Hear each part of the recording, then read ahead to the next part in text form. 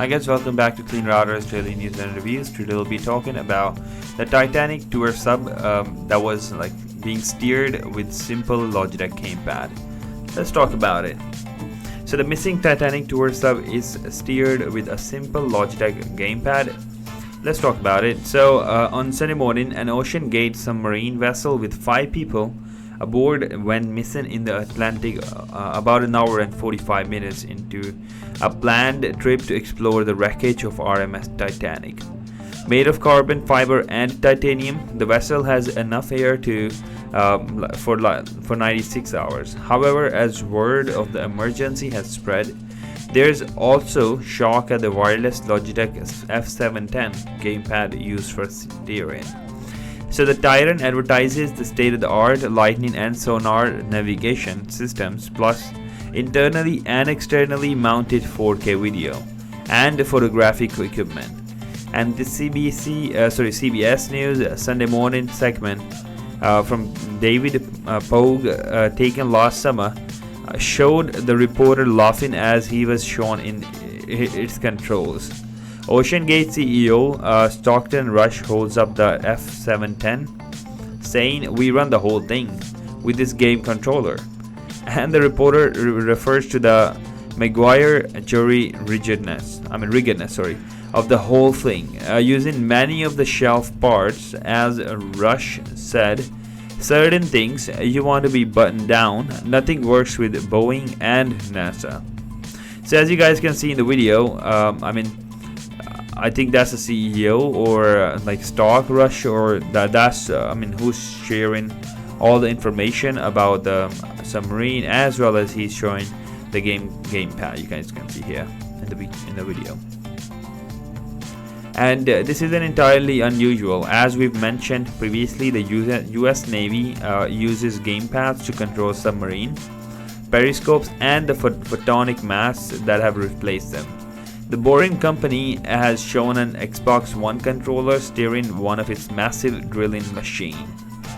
And they added gamepads are versatile, comfortable, and familiar to use. But I've had controllers malfunction during intense matches enough time to raise an eyebrow, as seeing a fairly generic wirelessly connected device being relied on for something so important. This isn't just like periscope as described by Rush. It's the vessel itself, right? So, okay, sorry, before we move forward, a quick interruption here, guys. Today's video is brought to you by Cleanrider. Cleanrider is the best router you guys will ever buy because it allows parents to easily manage and all devices in your home, and it stops internet pornography. It is simple and easy to use. It doesn't slow down internet at all. It has 7-layer IntelliFilter filter. It gives you logs per device. It gives you time restriction, email reports, block by keywords, and filter YouTubes as well. So and also you can get the mesh nodes if you want to extend the range of your Wi-Fi. So I would recommend you guys to check out their website, which is cleanrider.com. Let's get back to our article. So the trip aboard the 5-person Titan submersible reportedly cost around $250,000 per seat, and a release signed prior to the expedition explains that this experimental vessel has not been approved or certified by any regulatory body and could result in physical injury, emotional trauma, or death.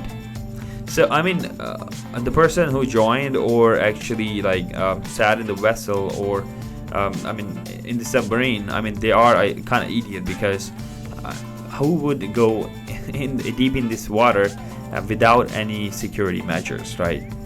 So other elements of Pog's experience are more distressing. During one of the dives, as he remained on the ship, and the submersible got lost for hours and never found the wreckage, while OceanGate shut off internet access during that time, saying it needed all available channels to try to maintain contact with the sub.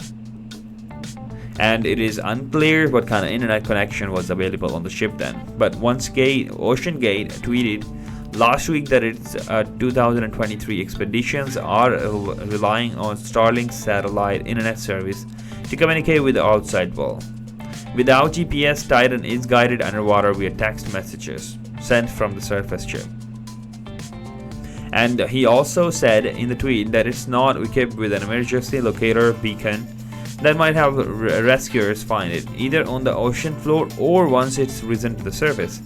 The submarine is also bolted from outside, so I mean those in it would not need rescuers to get them out.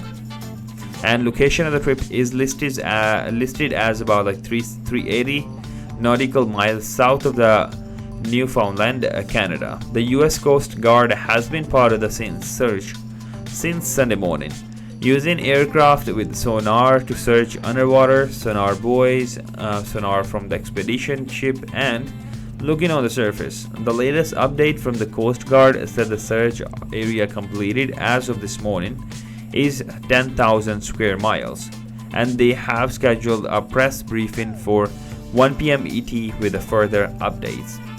So we will be waiting for the updates, and let's see what comes in the update. And let me know in the comments what you guys think about this, like I can say huge mess up. And we'll see you in the next one.